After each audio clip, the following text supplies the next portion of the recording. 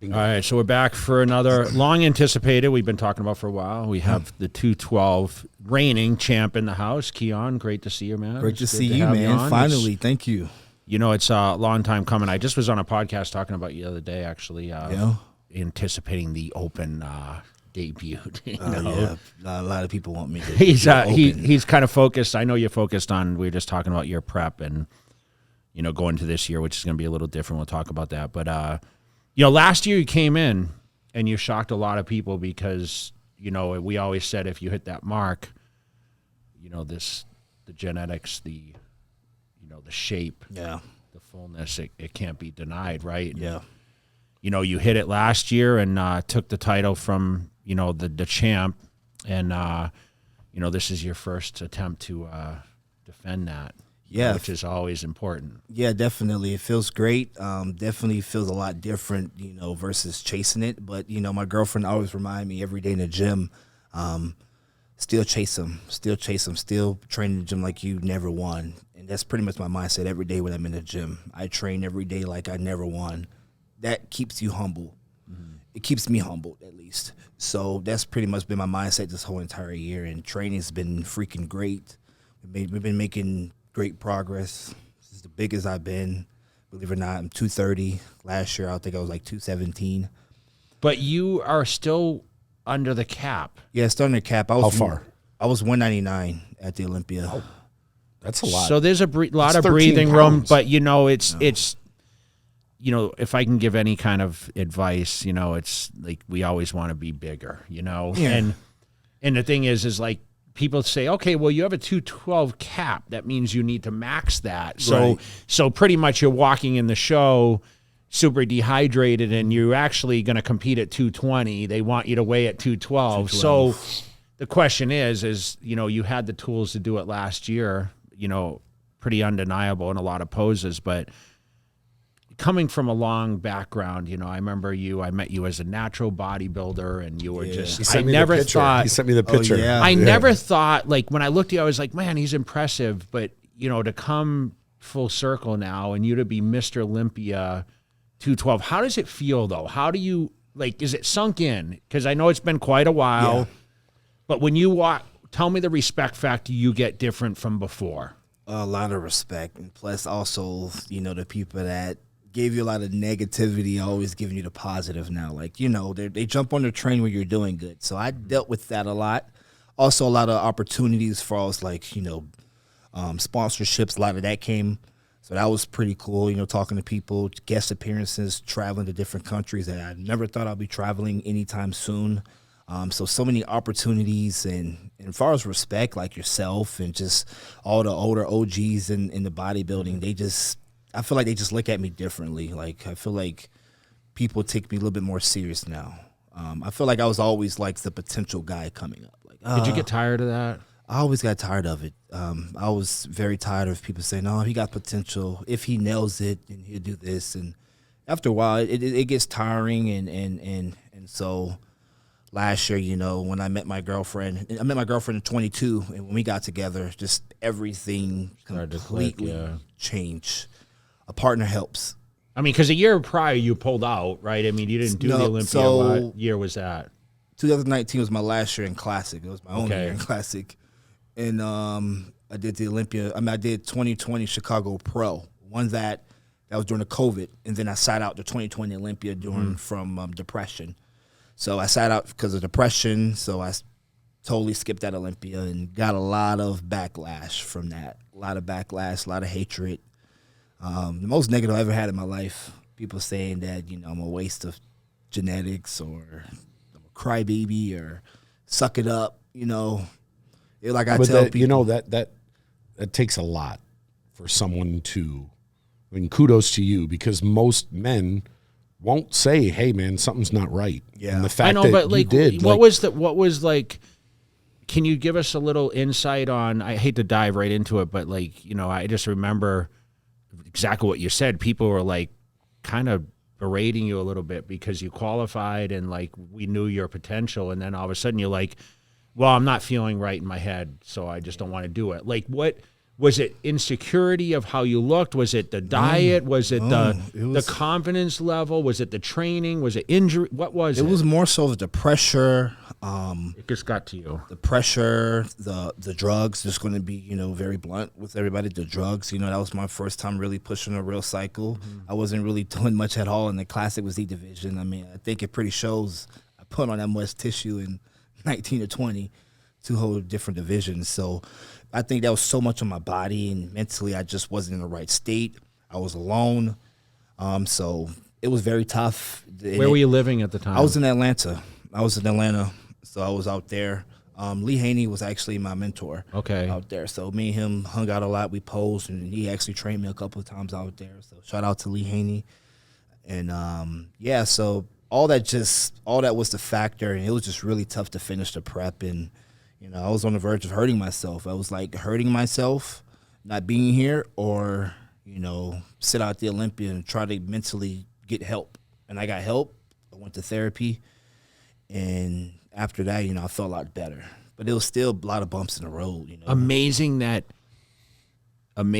now you and I have had the discussion of like, I'm coming for 212 and I'm going to have bigger plans after. So your confidence now, and I've watched you train since you won this title, and you seem a lot more hungrier now that you're at the top of the mountain, and everyone's biting at you, right? Yeah. If everybody's chasing me, so it's like I can't let down. I'm 100% locked in, and I still think that when you win the first title is great, but people still think it's a fluke. Or he won one. That's Sean okay. wants it back, right? And I want to keep it, and I'm gonna do every single thing that I can to keep it. Like I get the chills talking about it because I go so hard every single day on the diet, the food, the rest, the recovery to make sure I'm perfect. Do the things that he's not doing and everybody else not doing. When everybody's traveling around the world, I'm home locked in, training. I'm not missing one beat at all. So. But that's what you got to do to keep it. That's what you do have someone behind that's nipping at you that's been there. That's what you have to do. I mean, since I won the Olympia, I have a lot of opportunities. I turned down a lot of money, honestly, this year because I want to keep that title. The money's great, and no traveling will always be there, but that title, it's so much bigger. So I want to keep it. So I'm doing everything I can to be a robot at this point. What's your discipline come from? What's your background? I mean, what would you Football. think? Football. So you had some sort of a sports background where discipline's needed, and right? My stepdad, at the time, he was in the military, so he was very, very strict. So that as well. And, football, ran track. So I played sports my whole entire life. So always athletic. Always athletics. Always been doing something when it comes to sports. So where did you grow up? Warner Robins, Georgia. Okay. Military town right in the middle of Georgia, super, super small. I mean, the only bodybuilder there was Dorian Adams. He was sponsored by BSN. This was a long time ago. And that was like the only bodybuilder that pretty much made it. You could look. Did you look at him and say, "Oh, he's a local guy"? And yeah, I saw him at a gym called Dino's. This guy's like 326, probably like 6'2", 6'3", and he was repping out 4 plates on the Smith machine. I was like, "Damn, he's huge." He asked me, "You want to work in with me?" I was like, "Okay." And honestly, that's what kind of got me going with bodybuilding. He just stopped me, asked me, "You want to work in with me?" And then I took my clothes off, I posed for him, and he was like, "You have it. You got it." And then also where I was working, I was a personal trainer at the time.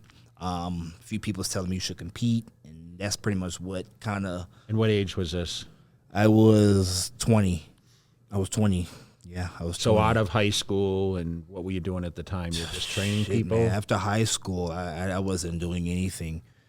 I wasn't doing anything. So you didn't have a vision board of bodybuilding, and you didn't know who I was or Ronnie Coleman I didn't know at the time, right? Till you started following. I didn't know Flex Willer till after my pro debut in 2018. He came up to me at weigh-ins, and he shook my hand, and he introduced me. And I heard of Flex before, but I didn't really know who he was. And I Googled him that same day. I was like, holy shit. The Sultan of Symmetry. I was like, this guy physique's perfect. That's my favorite bodybuilder. Yeah. He's my favorite bodybuilder since. To this day, I think he's still. Well, he introduced you and I remember. At that was at Gym. City Athletic Club. And when I met him at Tampa Pro, after I got second at my pro debut, And he came up to me and gave me his phone number. He was like, hit me up, kid.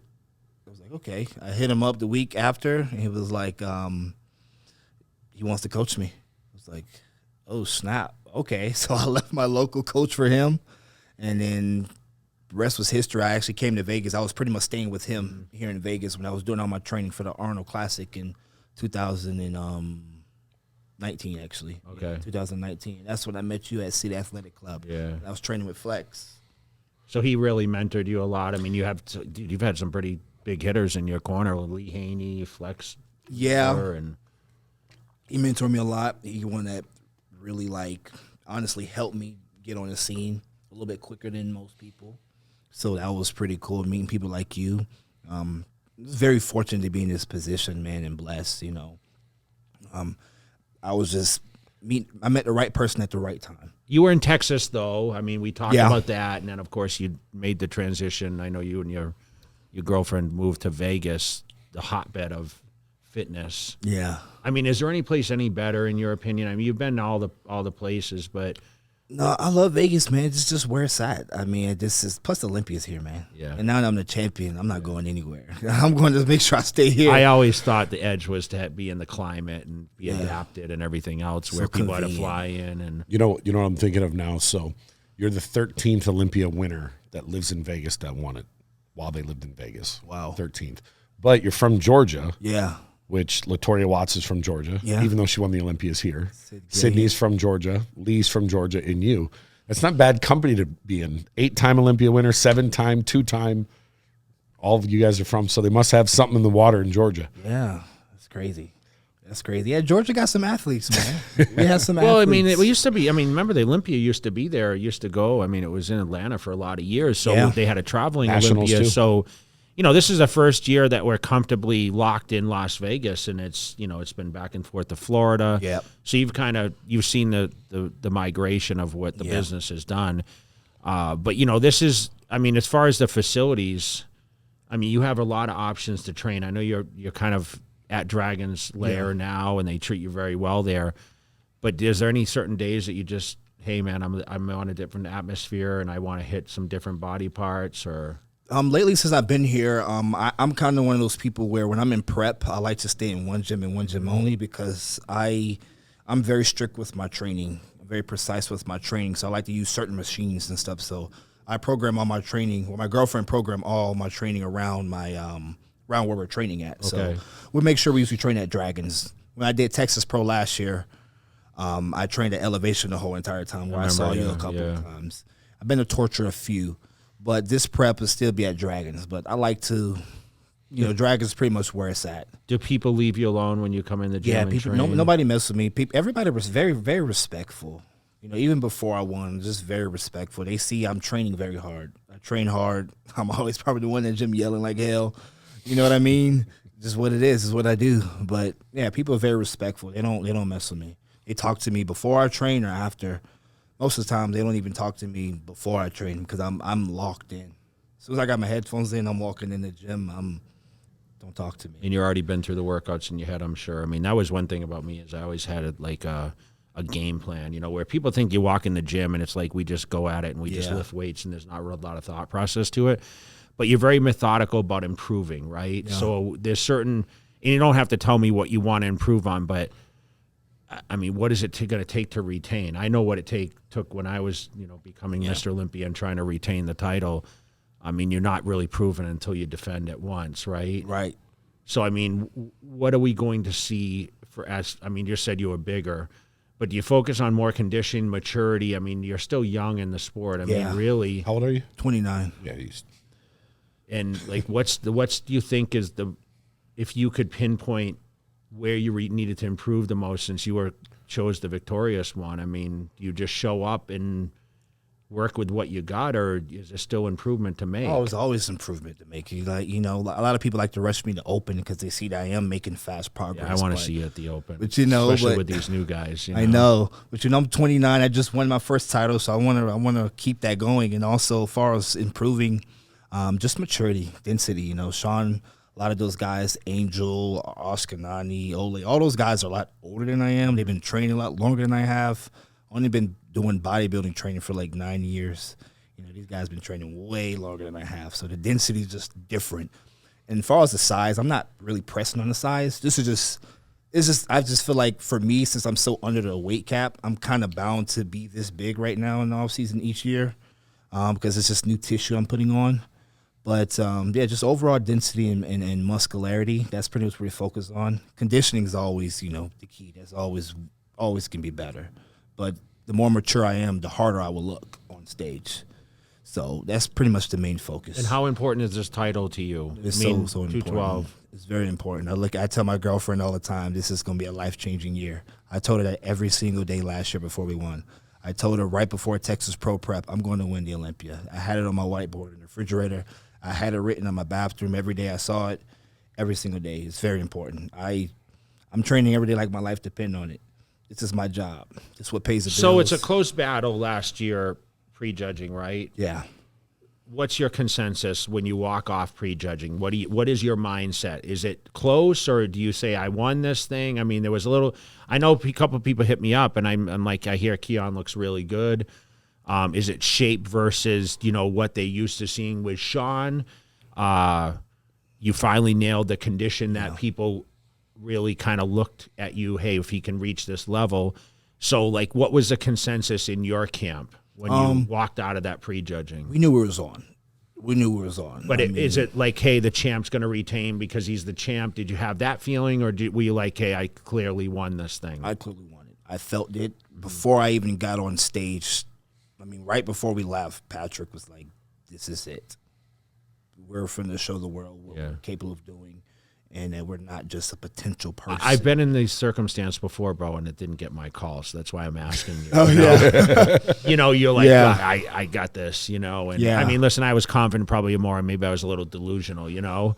But I was very confident at certain times where it didn't sway because now you have a multi-champ, right, that's like kind of like there's kind of the kings of the 212, you know, and obviously Flex walked away, and, you know, Derek had won it, and, you know, now he's in the open, and I mean, even Hadi Chupin, who wasn't necessarily a Mr. Olympia, but it's like he had some accolades under his belt. You have someone like Flex Lewis that can mentor you, who carried that title for 7 years. And what does he give you for advice training at his gym under his eye? Does he ever give you any advices on, hey, this is how to do it? Or yeah, definitely. He always gives me tips, sometimes like on the financial thing, because he knows that the windows, doors are going to open. So he always helps me with certain things like that. But for the most part, you know, just keep my circle small and keep the team that I have, and just keep doing what we're doing. With just nothing to be changed. The mindset, the focus is there. So we just got to keep this. I know, but I called it a boxy lifestyle. Like, it's like eat, sleep, train, repeat. Yeah.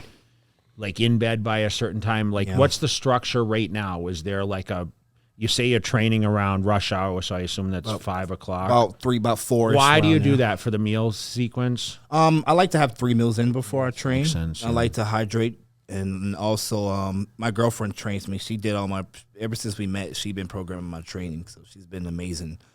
So thank you for that, babe. Well, she trains with you too, right? Yeah, she trains with me, and also she programmed the training. Does she train harder than you?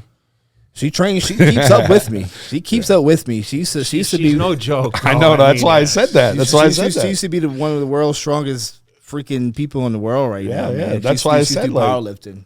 That sounds like a good compilation video. She trained at the Metro Flex that I go out to. Yeah. Which is a great gym, by the way. The one I was going to during the quarantine and whatnot. Yeah, so she trained her ass off, man. Yeah. She trains. So,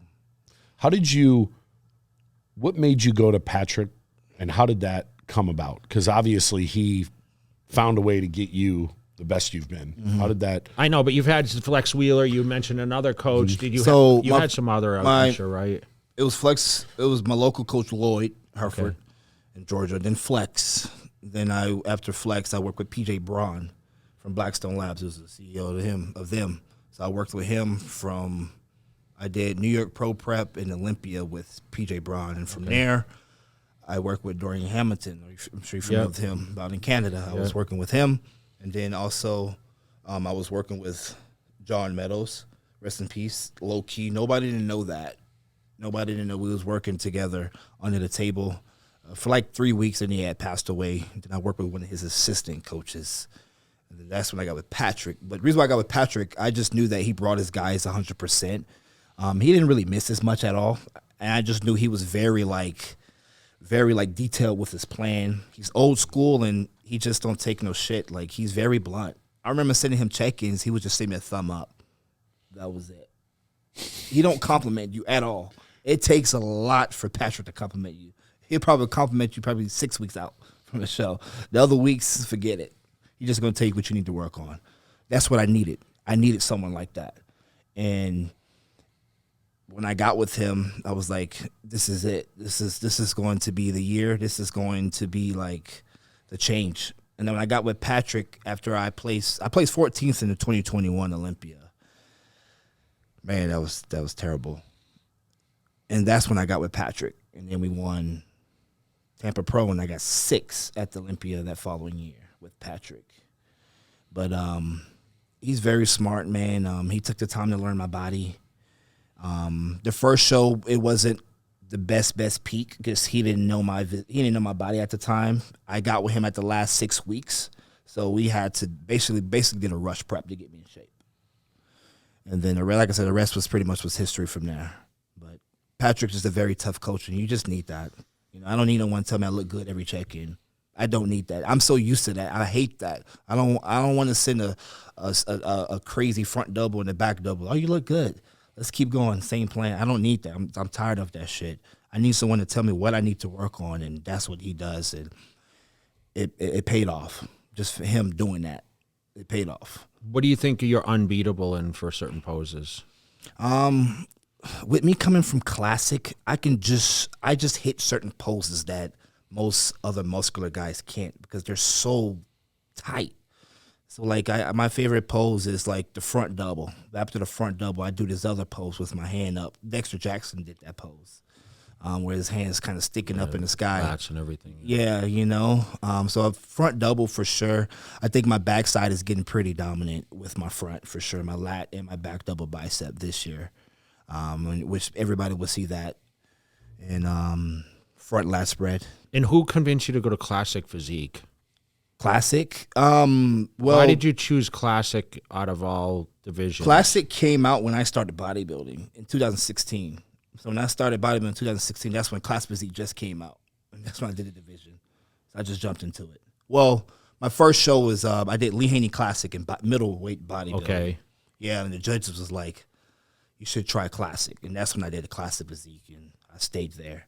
And then PJ, after I got 4th at my first Olympia in Classic, PJ was like, you would never win the Classic Physique Olympia. He told me that after the Olympia. Why? He said C-Bum's going to win until he retire. I was like... Structure-wise. I was like, I don't know, man. Like, I believe that I can actually do this. He was like, it's C-Bum show till he retire. He was like, you need to do 212. I was like... How far were you under the weight cap in Classic? I was 178 at my last. And what was the cap for you? 180. So you couldn't have proved that much. No, not at all. So he was right. 2 pounds wasn't going to do shit. What that was going to do, you know? And especially with Classic, you notice a lot of guys in Classic, they don't really have they have very detailed backs, but they don't have the thickness and the width because of the weight cap. So it's kind of just the same. And so I knew that PJ just saw a bodybuilder in me. I didn't see it. Now I look back at pictures when I was posing for him back in Classic, when I was doing bodybuilding poses at like the lat spread and the front lat spread and things like that. I see what he's saying. So that's when we jumped into 212. I mean, the standard changed, bro. It used to be, Danny Hester won the first, and so much. And then it went to, now they think it's like the taller. They're pushing Wesley Vissers now. Guys. Do you admire the Classic Physique guys? Is there anyone that motivates you, or you mentioned all these mentors open bodybuilding, right? So we talk about, I asked you about, hey, how important is 212, right? So you're a Classic Physique, you're now at 212, but who do you look at as kind of inspiring? Like when you obviously looked at some of the older, which was all the open guys, right? But do you follow the crop of guys today is there anyone that's motivating to you that you currently compete against, or maybe in an open division that you admire? Is it like a Derek, or is it a Hottie who fell from your division now into the open and dominated? I always admired Derek. Why? He gave me the best advice. I mean, before I even got into 212, he always believed in me. He always kind of make this joke was like, when I leave, then you can be the champ type thing. That's pretty much. I said that to Phil Heath too. Yeah, and Phil Heath came and beat me. Yeah. So then, right when I kind of want to go against Derek, he was gone already. But so, what are you trying to say? You scared him off? I think I did. So, did you get to compete with him? Did he? How many times? I don't think I did. Did he compete in the 21 Olympia? He won the 21. Didn't he? Did? I thought, hold on. And then 22. Sean won second. 22. He got second, and then 23 he won. So yeah, Derek won. No, he won the 2020. And then 2021 he took off, right? Okay. I don't remember, man. It's so weird. No, I think Sean. Who's the best classic physique guy in the world? Derek won 2021. Yeah, he won 21. Who's the best classic physique guy in the world? In my opinion, Yeah. I've been a fan of Wesley Vissers, man. Okay. Do you think his legs can hold up, or? I mean, he's pretty big in the upper torso. Yeah. I mean, can he challenge Chris, bro? I think so. He has very pretty deep lines. He's pretty big, Even his quad sweeps, they may not be as big as people want them, but just look at the detail. It's so deep. The hamstrings, he just have the most like golden era. I feel he's kind of on a pretty good path right now. Oh, like 100%. he's on a good roll. Some people it's just they have the momentum, right? He can physically challenge Chris, and I don't think Why? the other because guys of his could. structure, shoulder Because width. He's bigger than Chris too. He's taller. He's pretty big. He's wide. He's got the arms. He's got the delts. He's got. I mean, Chris has the pretty physique, maybe the structure wise, but I think Wesley's pretty clean too, man. Yeah. Like you don't see no like. Know what I mean? Like Wesley doesn't have that itty bitty waist, but the illusion he still has because he's so wide. Yeah. But when's the last time Chris stood next to someone that legitimately was his size or bigger? Nobody. He never has. So yeah, I don't even count. And this is not knocking anyone, but like Dino's a great athlete, but I don't think he's really challenging Chris. I think it's more Chris has the charisma on stage and he can really whack into the poses solid. Where I feel Dino, he lacks presentation, and this is something I think you're going to display this year more than you did last year. I mean, the confidence comes out, right? So when your coach is like, "This is it, bro," I'm sure you were able to display your best ability, right? But now coming as the champ, you're going to be the last guy called out. The anticipation's coming. The defense, the confidence, just so much more. You just said it. Like, the sponsors open up, the respect factor. Yeah. When you walk around, I said this to Sean Roden as he was like, I'm going to win this Olympia. I said, you have to walk, talk, act like Mr. Olympia 24/7, right? Now, we're talking about a 212, which, we don't want to get skewed with the Open or Classic, right? It's a different title. But, you're representing a division.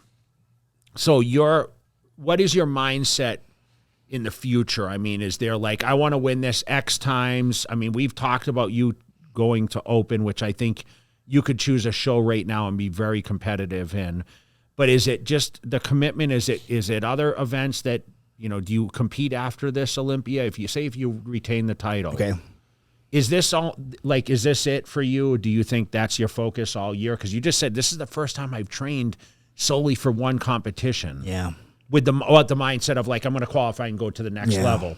You're for life. Yes. You don't ever have to qualify. This is a great place to be, right? Yeah, definitely. For life. That's crazy. I mean, you're in elite status, right? So like your vision on like, the vision's kind of getting cut down, bro, to be honest. Like, Arnold doesn't have it anymore. I know.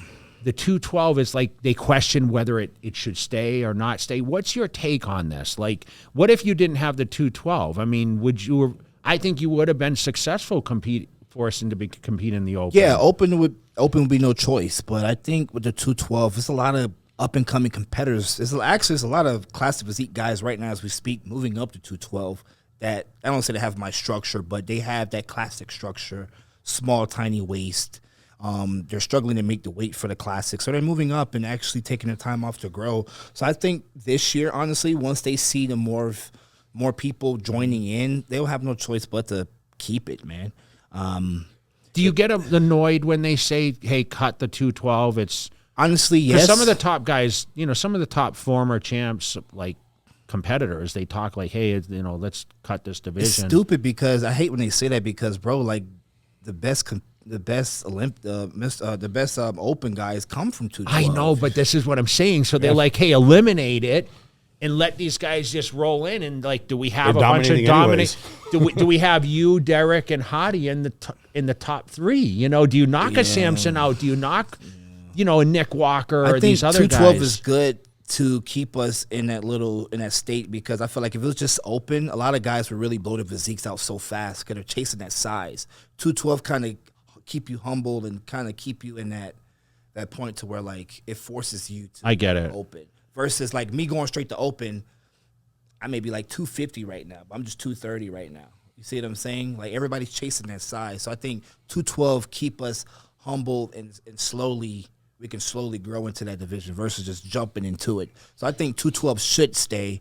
I mean, like I said, history shows. Eventually you're going to outgrow it. You know 100%. Okay. He could go for, just think about 100%. it. If he's 29 now and he's still, just under 200 pounds, if he put 2-3 pounds on a year, he could comfortably go into for another 3 or 4 years before you're doing what Flex Lewis had to do, where he had to fight and rip muscle off to make that weight. So you still got a little breathing room. Yeah, once that happens and I'm really like, I can't take it no more, then yes, I will move up to open.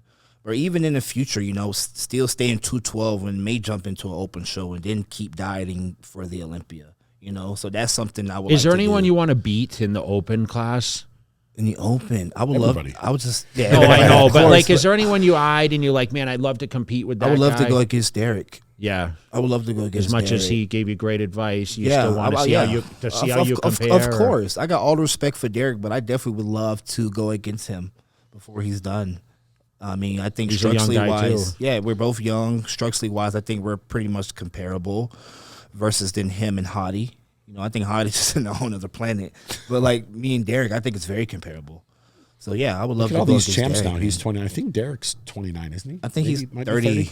He's older. Yeah, Nick Walker's around there. Nick, they're like Regan, they're all right around that. C-Bum, Yeah. All these guys are right around the same age. Yeah. You guys could be battling for another decade. Is that how it was back in the day for you, as far as age-wise? Y'all guys were that age? I was battling Ronnie, who was like 10 years older. But I can tell you, like, I was winning those Arnold Classics like 27, 28, 29. I was placing second at the Olympia, and it was like I was afraid to put all my eggs into one basket just because, you had Ronnie Coleman there, who's arguably the greatest. I don't know who you consider the greatest. Maybe it's Lee Haney, but it's opinion-based. But, for me, Keone, it was like I was just aiming – like I had Chris Cormier second every year at those Arnolds, and then I had, the Olympia. It was like Gustavo Bedell was a threat, then Dexter was a threat, and then it was like Gunter Schlierkamp, and but I only eyed Ronnie Coleman. That was it, because I knew, like, continually enough when you play second to the same guy and you're denied and you're the next guy knocking, I didn't really fear that. I saw, Victor Martinez obviously came up and he challenged me in 07.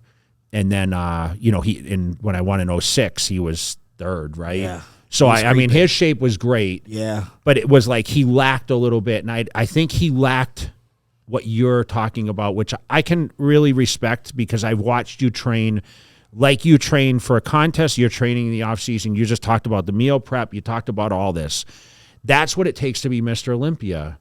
And I think that, like, how long can you have that just burning, how long is that hunger there before you lose the challenge, So it's like, is Clarita your challenge at the show, or is it going to be Angel? Is it going to be who else is there any guys coming up that are I'm trying to think in 212 that, like, it's a few guys coming up. It's a few guys that didn't even qualify last year that I know that took off.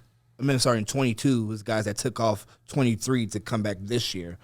Cody Drobot, he works with Neil. Shout out to Cody. We have to show his physique on here. He's very aesthetic, very pretty physique. So many people that took time off to grow to come back this year. So, like I said, it's going to be a very good year for 212. Is there a lot of qualification contests? I don't follow the schedule as for much, 212. For 212, yeah. Hell no. I think it's just your bases like Chicago, Texas, Tampa. So they're all coming up then. Yeah, like later on in the year, like the last few. Because we haven't had any 212 qualifiers yet, have we? So far yet? Yeah. No. Like no so. Arnold. I think New York. Brazil the first didn't show have is New York anything? Pro. Okay. Arnold didn't have it. Brazil didn't have it. I think the New York's the first. Oh, you got New York. You got ATL Pro. That's the new show. Okay. I think it's Chicago, Tampa. Linda Murray show, maybe. I think for some reason, I think there's a couple overseas that are 212. They usually have one in Korea. Yeah, they got 212. That's the Monster Zim, something like that. Yeah. Yeah. Tell me about your guest posing. Have you guest posed on the circuit quite a bit? Like just in general? In general, yeah. Yeah, I've done quite a big guest poses. And how do you feel when you get up there and you're working a crowd, you're not dieted down for a contest? I feel great. There's really no pressure for any type of look. Like, as long as I'm following the plan, I know I'm going to look good regardless. But when I'm on that stage, it's just like no pressure. It's so fun, man. And are you doing this in a limited schedule? Because you said, you actually refused work to stay home and train and get the job done. I feel like a lot of guys are doing that these days, but I was gone every single weekend. So what I do is now what I kind of come up with, I don't want no one to steal this from me, whoever's watching this. But no, it was usually after the show, like during my health phase, which is about, I don't know, maybe like 6-7 weeks or so. That's where I try to do my guest poses. Okay. I knock the guest poses out where I'm not like fully 100% like locked in, where I'm actually kind of detoxing my body and all that good stuff. So that's when I try to do the guest appearances and stuff, like right after the show where I'm still in shape. And then after that, I'm pretty much locked in. And I try to schedule some guest poses like at the end of the off season. So I have a guest pose in Minnesota coming up. I think I'll probably be like 17 weeks out from the Olympia. But I have a guest pose, and that's pretty much I'm done after that. But I try to get like 3 to 4 right after the show and then have a few at the end. But in the middle, I try to focus on progress. There's a good amount of shows after the Olympia that qualified. So that New York's the first. Then there's a show in India, Toronto, then South Florida Pro, then China Pro in July. Then the Portugal, it's 212. Linda Murray, Atlanta. That's the one you were talking about. Yeah. Then the Netherlands has one on July 13th and 14th. Chicago Pro, Dubai Pro, Tampa Pro, Texas Pro. All right, so there's quite a few. Muscle contests in Brazil, UK Pro, AGB Pro in South Korea, but I believe that's going to qualify for next year. And the UK Pro because they're within 30 days of Olympia. Then there's a Bulgaria Pro, right, the weekend before the Olympia. Then the weekend after, 2 weeks after Olympia, you have South Korea, you have Bucharest, Ben Weider, Evils, Prague. You got Japan Pro, China Pro, and another India show. So there's 9 shows that qualify for next year's Olympia. But they're all out. Yeah. Maybe you can go sneak some right after Olympia, go sneak a couple little extra paychecks in there. True. I guess we'll see and find out. See what opportunities. What'd you win last year for Mr. Olympia? How much? I think it was like 50. I was going to say, I wonder how much Dubai for 212 is just right in the middle of your prep. Otherwise, that'd be not a bad one to go snag. Yeah, no. Not a bad trip to go to Dubai and hang out. Yeah. Yeah, it was 50. Look at him. He's starting to think. What's the downfall of your contest prep? My downfall? Yeah, like is there a certain thing you do or don't like? Is it like the zone in time? Because like I would cut everything out, like your social aspect. Do you have a big social atmosphere? No, not at all. I'm literally cardio, eat, train, come back home, recovery. So you're doing cardio now in the off season? Every single day. Just for metabolism and utilization? Yeah, just 25 to 30 minutes, just like a easy. Yeah, slow, steady walk. And you do this fasted? Yeah. Fasted in the morning? Fasted every morning. Cardio. So it's important to keep your cardio. I think it's crazy to put on so much size and tissue if you're not exercising the heart. But are you doing it outside in this beautiful weather we have? No, but now I'm in the house. I mean, we got a Stairmaster, treadmill, a stair. We have all that in the garage. So I mean, I'm going to be doing cardio in there, and it's going to be hot as shit in the garage. It will be. Yeah, I used to love it though. Yeah, I used to sweat. I used to go out there. It was like 120 in my garage, and I would just sweat it out in the morning. Yeah, fasting on my step mill. You have the garage closed or open? No, I would open it up, but it doesn't. I mean, I didn't have any air conditioning in there. I didn't have fans. I didn't care. I mean, it's like being in Texas at some of these hardcore gyms. Man. This will be my first year prepping in the house, and just have like everything I need at the home. I don't have to leave. I don't have to go anywhere. Are you enjoying Vegas at all? Is the question. You guys? I'm gonna ask a simple question. Do you go to the Strip ever? I've never been to the Strip since I lived here. No, I think I've been once. None of us do. One time. I'm going tomorrow night, and I'm already dreading it. Really? Like, damn, I gotta go. I think one time I went to, I think that's where Fashion Show Mall is at, just to buy some shoes. That was it. Other than that, I mean, I don't go to the Strip. I have no reason, and traffic is too much for me to go out there. A true bodybuilder answer. I said, why do you live in Vegas? He said, because the Olympia's here. Yeah. Yeah. I mean, it does make it nice, but you have all this at your hands. I know. And you know what? For me, I'll tell you, honestly, it was a challenge. I loved it because it was a mind F to a lot of people because they're like, Jay's, he's at all the parties are there, the pool parties, the nightlife, this, that, the buffets, the food, right? Yeah. We had the best restaurants in the world. And it's like, I was kind of like proud of myself because I could prep here and not get caught up in any of that. When it's right at your fingertips, and that shows a strong mind. Bro, on what you do. If you're disciplined and locked in, that should be easy. That should not be hard. And a lot of people always ask me, "Do you go out? Have you tried this restaurant?" Yeah, bro, I haven't even had Chick-fil-A here, and I've been here for a year. Like I don't eat out. I don't go any. I've been to Barry's a couple of times. Yeah, that's probably like the most I experienced here in Vegas is Barry's. That was it. What's the celebration dinner after the Olympia? It was. What did I eat? Well, I saw you the next week at Mark's show, I think, and you were eating Tupperware food backstage. Yeah, I was still on it, and you were hungry. I could tell you were like, man, I'm so motivated. Dude, now. I'm very disciplined, man. I don't. After you win this year's Olympia, you got to go take your girl to a nice. Well, now we're home. I know, but I can literally go home to my house, change my clothes. I don't have to go to a hotel. I don't have to go take her to a nice bougie dinner somewhere. Now the discipline though, was it always that way, Keone, or like because people would look at you and say, okay, he didn't come in the top shape. Was he cheating on his diet? Did that bother you? I mean, it did bother me, and you gotta understand it's a team thing. You know, I also have a coach. So I'm actually following what they're telling me to do. Sometimes the plan just don't work for the athlete. Yeah. You know how it is. That's just what it is. I did the work, but also one thing I can say that my mindset wasn't the same. I didn't really believe in myself. I have that one day where I was like up 3 pounds because I had terrible sleep.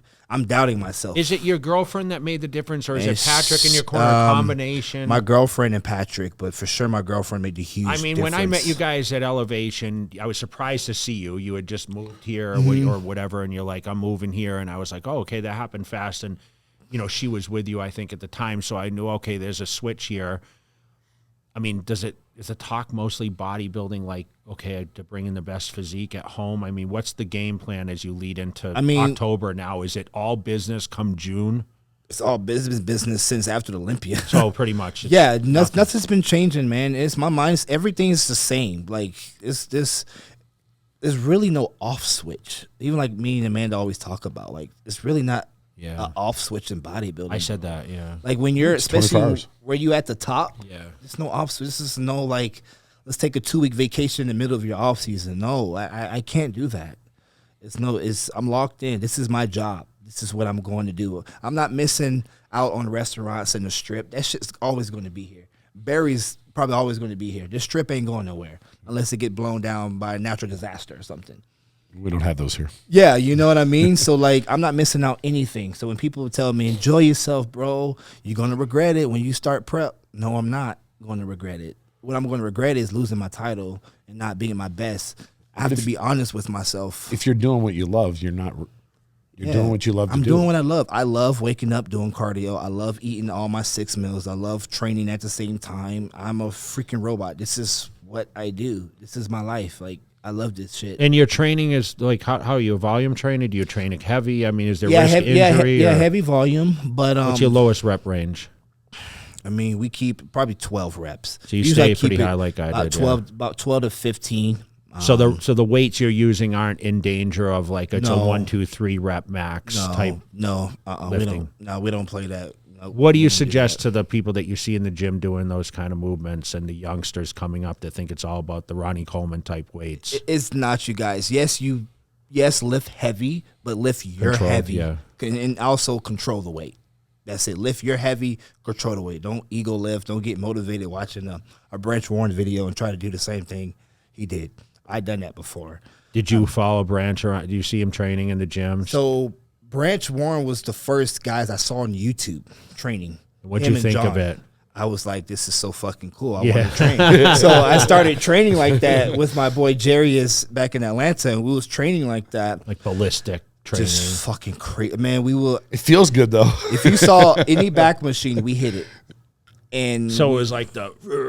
Man, it wasn't even a squeeze. Yeah, it was I mean, I know, but you grew from it, right? I grew from it. I think, like, I mean, if you just never, I just feel like my body can just change on any type of training for my physique. I said that about Phil Heath. You know, Really? Phil Heath looks at weights and his body just grew, you know what I mean? Yeah, it's just for my physique. But I tried that training. But yeah, I tell people just don't go in the gym trying to max out. I know, but what do you say when, like, Ronnie Coleman? You remember how he used to throw the weights and like you had good result from it. So like, don't you think that the people kind of look at training and they overanalyze a lot of things? They do. You have to learn the overanalyze basics, but I mean, obviously now you're deep into it and you probably have more controlled. There's certain movements you like or dislike. Yeah, I think when you get to a certain point, like where I'm at, and even where you were in your career, you kind of know what works for you and you kind of stick to it. But I feel like sometimes you have to go through that asshole training to learn and to experience, to know what works for you and what don't works for you and what not to do.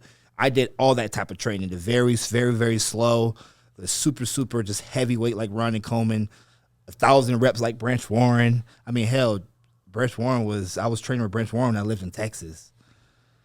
My joints hurt. Really? Still. Oh my God. I love you, Branch. You know what? I don't think there's a right or wrong way to train. It's what works for you. It was what works for and you. Guess what? You know, I would watch videos of people shitting on Branch, and it's like, excuse me, you got second at Olympia, he won 2 Arnolds. Yeah. It worked for him. I have nothing bad to say about his training. I wouldn't do it personally now, no, but it works for him, and you can't tell him nothing. Look, Google him. You can't tell him nothing. What can you tell him? Okay, so a fan writes you, says, hey, I'm coming to Vegas, and I want to work out with you. Yeah. Sorry, I'm on my schedule, or do you say, yeah, come along and work out with me? What's your answer? Like a fan wants to work out with me? Like, do you take the time, would it take, or would you say, I'm telling you, because I would say no back in my day because I was so set on my schedule and my time frame and like, do you say, hey, be careful what you say, or fans are going to blow your DM up.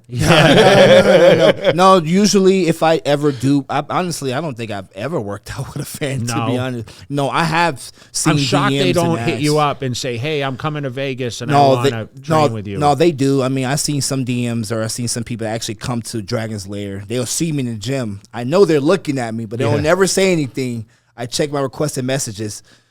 I saw you cross the gym, man. Like, can you train with me tomorrow? I leave tomorrow evening, you know, and usually, like I said, I usually $1,000. I know. I usually don't really train with fans for the most part because when I'm in the gym, that's my time. Nothing against them or anything, but that's just my time.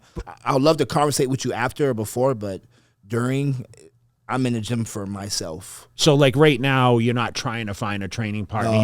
You and your girl get the job done. Just time. me and her. And the workouts are lasting, what, an hour in the gym? About like an hour. Okay. Yeah, about an hour. And then like someone that's serious that actually can bang and train, then they'll usually join us.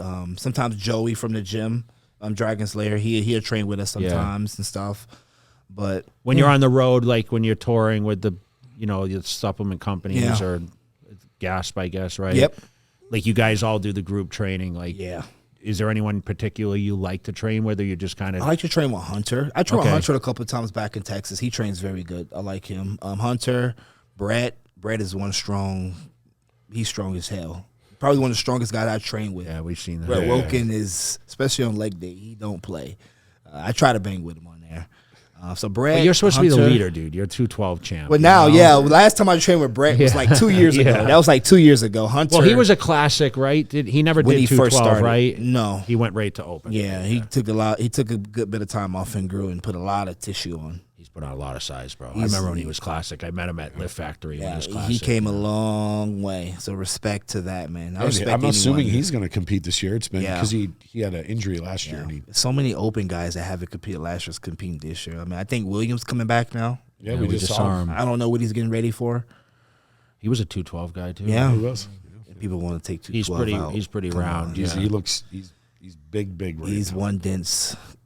A lot of maturity, you know. I mean, just think in 5 years, man. I won my first at 33, so it's like, that migration of like, building that muscle tissue. I've always been told. I've been told a lot of people when I came up with 212s, like, when you hit that like your 30s, you're going to remind me like William Bonac a little bit. There's a lot of guys in the Open that are not going to make it this year because there's not enough to the shows. Olympia. There's not enough shows, and they don't count points anymore. So you got to think about it going into this year. There's only been how many? 4 shows now That happened already. Yeah, I mean, you had. Well, no, I'm just saying like the Arnold and the Arnold UK, a Mr. Olympia won. He already has a qualification for the Olympia. So Arnold Brazil, we got one person qualified there, and then Detroit Pro, we got 2. Martin won. So there's only 2 guys qualified, and the guys that came back to this year were already qualified from last year because only the top 3 qualified. So there's only 2 new guys qualified on this year, and you only have so many shows before the Olympia. So you got guys like Andrew and Hunter and Sergio, and there's a lot of big names that have to qualify this year. Yeah, that's true. So we're going to end up seeing those 4 or 5 shows before the Olympia. There's going to be 3 or 4 big names. I think we're going to see a lot different top 10 this year. After the top 5, between 6 and 10, or 6 or 11, there's going to be a lot of different faces. Everybody still got to qualify. It's going to be very interesting this year. Yeah. We always say this is going to be the best Olympia. Well, we always said that. I know. I mean, I said it last year when we talked about the lineup, and I mean, we don't talk as much heavily about the other divisions. I mean, we assume Chris will win another one, and I mean, unless someone comes up like you said, if Wesley does he step over Dino? I think Classic will be a little more interesting because 1,000%. the guy coming closer is physically bigger than Chris. I think just Wesley alone. I mean, he's bringing so much hype into the Classic right now. Like he's got a good look too. I mean, where he's from, I mean, he is like the C-bum there for all like the fame and the followers on YouTube and stuff. Like they love him there. So like he's bringing that here. So it's going to be pretty awesome. Actually, I'm looking at all of them though. With 212, you had a new champion, and now you have a former champion trying to get it. Same thing for the Open. You have a new champion, and the guy who got second is coming back to get it. So there's going to be a lot of hype for a lot of the divisions. So do we see a media pump up as we go into the show, like YouTube? I mean, how do you become vocal? I mean, how do you show your confidence online as you start your prepreparation? Are you going to do the well, this year approach? I'm going to document everything on YouTube. I was doing YouTube a good bit before, but I wanted to stop when I was found out I was moving and I got a house just to save up and stuff. I mean, camera guy, it's a whole nother budget, YouTube videos, the editing and everything, unless I do it myself, which I need to take the time to actually learn. You could do it, you could just shoot it and then just have someone edit it too, exactly. because you guys have the cameras. Yeah, and I've done that a couple of times too, but this year I'm going to document my whole entire I mean, you see what Derek's doing now with all his media. Yeah. And I mean, it seems like a lot of the top guys, I think it's really important. I mean, yeah, for sure. And plus my goal is to keep 212 alive. I want to be the leader and be vocal. So that's why I do these podcasts and talk about 212 and the travel that I did done so far this year. I try to, make sure to let people know like 212 is still alive, So now that you're traveling, is there any places you want to go that you haven't been to yet? Is there somewhere like... I think Japan's the next place I really want to go to. I was in Korea for like almost 2 weeks. That was recently or in January. Okay. That was so fun. It's kind of nice though when you travel that far out from your preparation too, because you're not as stressed. Like right now, if you had to take a trip to Europe or whatever, it'd probably be pretty stressful for you. It'd be pretty stressful because I'm on the tail end right now. I'm like a month and a couple of days out. So I want to push as much as I can. I mean, May is a pretty busy schedule. I have to go to my brother's graduation in Georgia, and I'm going to New York Pro to watch that and beat it with Gasp. But other than that, man, I just try to. A month after Olympia, there is a Japan Pro in 212. Yeah. Go make some money on your a spot you want to go to. Maybe they'll be calling you to say we need you here. Yeah, I already talked to two promoters already. Okay. Already. One, I'm not going to say who, but they definitely want me to do the Open. But we're not going to take that right now. Honestly, Patrick just wanted me to focus on Olympia. I did talk to him about, hey, I do want to compete after the Olympia, but he was like, don't focus on that right now. Yeah. Let's focus on winning again. Focus on that, and then what comes, then we can figure out how I feel. The main thing is how I feel. And, will it be smart to do it or not? So, what was the benefit of Georgia versus Texas versus Nevada? You can't even compare Georgia to any of these places. No. Hell no. Did you have to exit there in order to further your career? Yes. Do you think you would have been secluded? 1,000. I was in Warner Robins. That's a military town. There's no bodybuilders there. I was the bodybuilder. You were the guy. And I look back, I mean, I don't really see how, but I was the guy. Maybe I was just so damn nice, and I was just always in every freaking gym in the city. But when I moved to Atlanta, that was just more of a bigger fitness area, but it still wasn't huge in bodybuilding. Yeah, they had Sid Gillian and Lee Haney, but I mean, that's like two people, you know. So I used to live right next to the Lindbergh station. Oh yeah. Yeah. Oh yeah. I was in it. Really. Yeah, I love Georgia. Yeah, Georgia, it's okay. You know, there was a lot of guys. You know, Tony Freeman came from there. Curly Top was from Atlanta. Stan Trey Brewer. Yeah, he was from there. Yeah. He's from Georgia. Yeah. There's a lot of guys. Jordan lives in Georgia. I thought Linda Murray was there at one point too. I think she's Virginia, but I think she's in Savannah. Okay, maybe she has a show in Savannah. Yeah, maybe. Yeah, but she got a show in Savannah and Atlanta. She's I think one she of those has places, one in Virginia too. But yeah, so I mean, there's a lot. Like we can talk about different regions, but you know, you probably moved to Texas for the culture, right? Because of Gasp. Yes. When I got with Gasp in 2019, and mainly was Gasp and bodybuilding for sure. Because I knew Texas was a lot bigger in bodybuilding. Yeah. I knew Hunter was there, and Branch, Johnny, just. Did you train at Hunter's private gym? I've never been there. I only been in Houston like 3 times. So you were in the Dallas area when you lived there? Yeah, I lived right in Dallas. I lived like 5 minutes from Destination Dallas. Okay. You been there? I haven't been to that gym. Wow. I've only been to the hardcore Ronnie Coleman Metroflex. Yeah. You got to check out Destination. You'll like that. I heard it's because Kuklo, I think, was training there too at one point. Steve a Kuklo. while ago.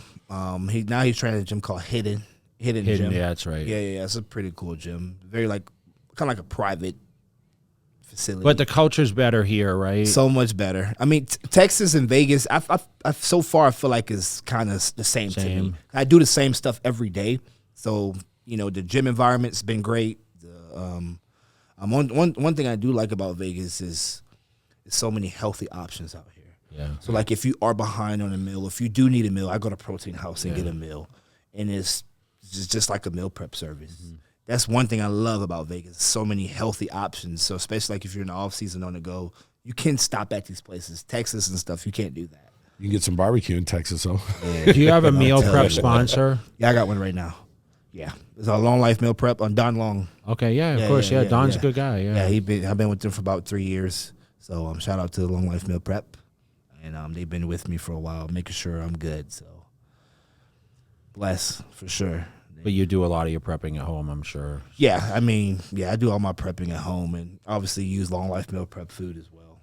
Just reheat it up and take it to go to the gym and whatnot. Yeah, take it to the gym. So. No, my life is boring, you guys. But this is what it takes. That's what it takes. It's not boring. It's actually you're in the right mindset. Yeah. And we talk about this often on the podcast. And the one thing that the transition out for me, I still live the bodybuilder lifestyle. Like I brought my food. I have my trifecta meal here. I come to an office, but I still I got up and trained this morning. I did cardio, fasted this morning. I try to eat. I'm not eating 6 meals a day, but sometimes I have to kind of stop myself and say, hey, you're not competitive anymore. But I've been doing this whole Fit for Challenge every year and just trying to get in my best shape. Obviously, August is my next birthday, so I want to do something. But, as people like yourself that continue to motivate me that, remember, I was the underdog. I was the same. You weren't always first or second at this show either. You fell back, right? And, I mean, people talked about it, but it's now you're coming into your own, and it seems like your head is on absolutely straight to conquer it all, right? 100%.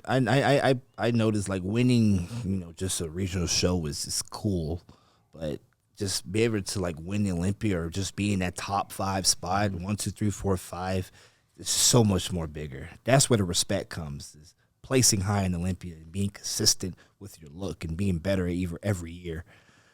And that's just. I hope you have a big trophy case that you're going to do at your house. Yeah, I am. We're going to actually look at some stuff. We still got to get couple just extra stuff. I spent a lot of money on the couch and the bed and shit like that. But like, sound like him. Yeah. But I mean, this is my trophy. Like, this is just one wall beautiful. Of it. That's so. I mean, this is I think one of the best displays ever. But I from YouTube, I thought it was pictures, but this is a. Yeah, but this is an actual image on my home office wall. You know, it's funny. It started the podcast. We started the podcast. His house is about 30 minutes north of here. Okay. So we started the podcast filming in there, and we'd set everything up, and we'd film it, and then it got it was such a good feel and vibe. Yeah. We pulled everything back and took a picture of his wall and had it printed out and stuck it to the wall. How long has it been here?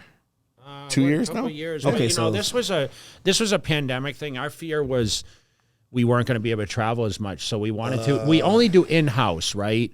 So that's another thing is like, yes, we can take care of the local people. We talked about having you on for some time, and, we do a lot of stuff where it's just he and I, but arranging guests and making sure it's, as you had a little like scheduling today where it's like, shoot, do I have time to do this? We really wanted to get you in because, in person means a lot because I feel like you can probably vibe better than 100%. There's always questions, and like I said, nothing's ever scripted. So it's like I know the mindset, and I'm like kind of reading you as I'm doing this interview, and I'm like, damn, like he's really focused on this. We had Nick Walker on here, which I felt was like, I mean, he's just locked, right? He's the same way. He's like, I don't care about Vegas. I don't like his path goes to the gym and to his house and to the grocery store. Yeah. And you say that's boring, but that's necessary to be at the top of the game and fight off your competition, especially guys like a Clarita who he's doing the same thing like you. Yeah, you know that. And I'm sure there's other guys too. You know some of the other competitors, right? A lot of guys want to be where I'm at and other people at. Of course, because you're just talking about, well, how does it change? How's the respect factor? How's the phone start ringing? And listen, this is just scratching the surface of what you're going to do, right? Yeah. And I hate to even say, like I would normally say, how long are you going to do this for? Or people used to ask me all the time. I said, I'm going to retire at 30. Well, guess what? I was 40 when I quit. Yeah. And 10 years. And why? Because, listen, my earning potential, but it was like I was knocking at that door and just trying to take down Coleman. It's like, it's one of those things where it's like, oh, that guy's unbeatable. And I felt they thought Clarita was a little unbeatable in a certain sense. And you finally pulled it together and you just, you won the contest, and now it's the defense time, and you have what it's going to take. This is the fun part right here. This is really the fun confidence part. shows, though, right? Of course. I mean, obviously, this is the first time we sat and talked like this. Yes, but there's a difference between somebody who's hesitant with how they give their answers and somebody who's kind of all over the place, but it seems like you have that structure down. Yeah. And you know the exact path you need to go down. You've already done it once. Now it's mimic it, but coming even a little bit better. The legs have improved a lot, though, since the classic division. I mean, you've put on a lot more size, I feel like. I mean, would you say that was the body part that you had to improve in order for 212? Yeah. First was the conditioning, but Tyler and them never really said much of my legs. They just really wanted more just overall density, size, more depth in the back. I did need more glutes and hamstrings, which came up tremendously in 1 year.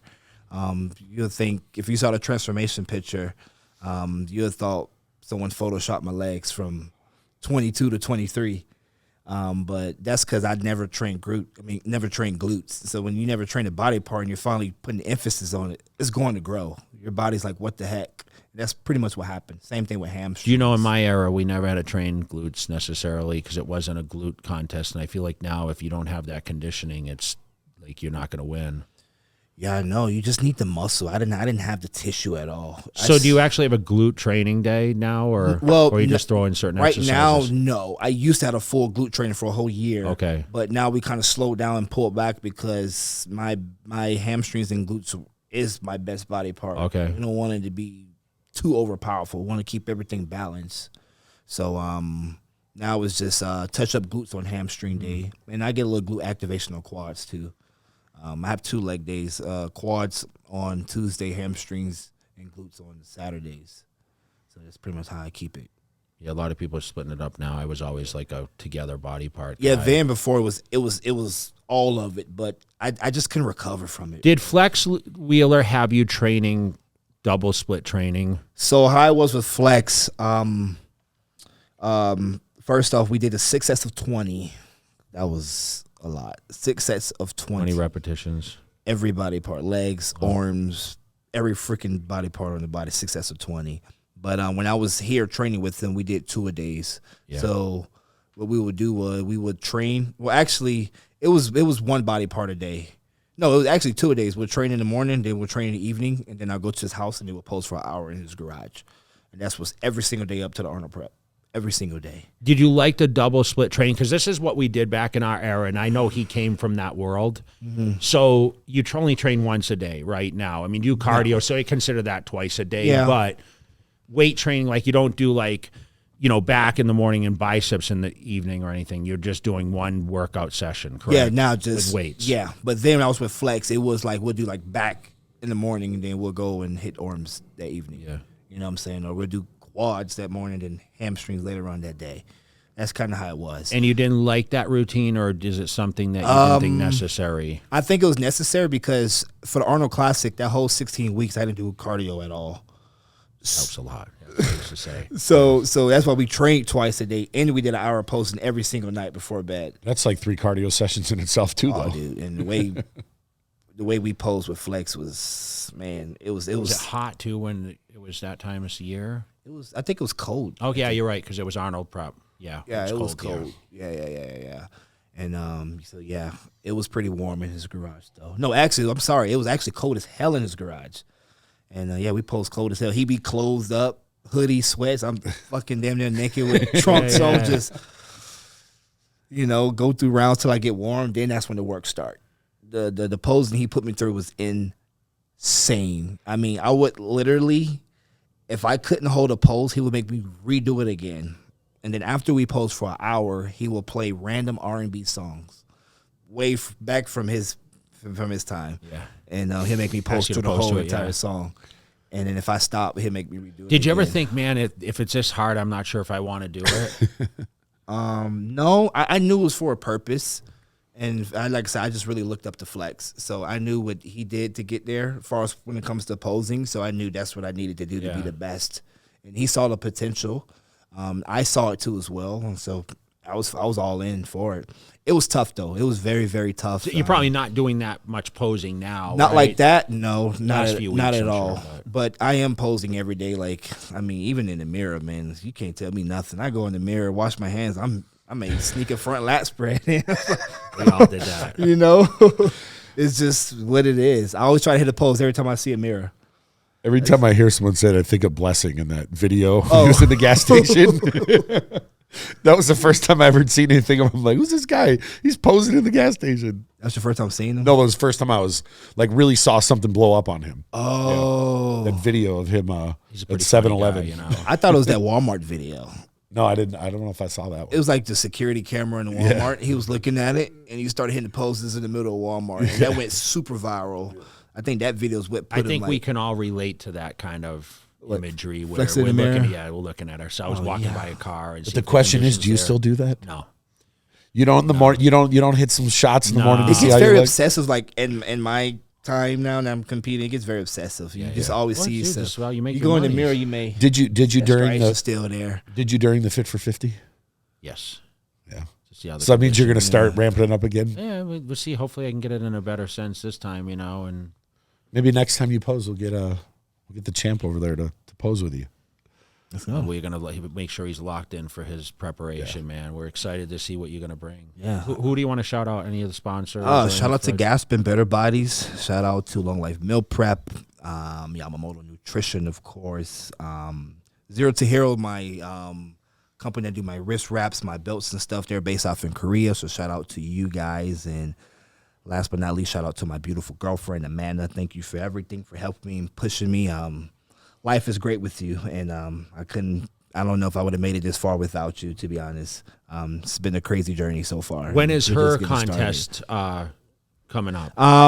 Right now, I think she'll be competing after the Olympia. So that's kind of like the goal we're shooting for. Are you going to prep then? She's going to prep at the same time and go just after you think? Yeah. So she kind of just wanted pretty much to focus on her growing first and improve the areas Tyler want her to improve on, but also support me and push me to make sure we're good. So I appreciate that for sure. It was very hard to accept that knowing that someone that really wants to push you and be there for you every step of the way, be in the gym, make your meals, like that's her.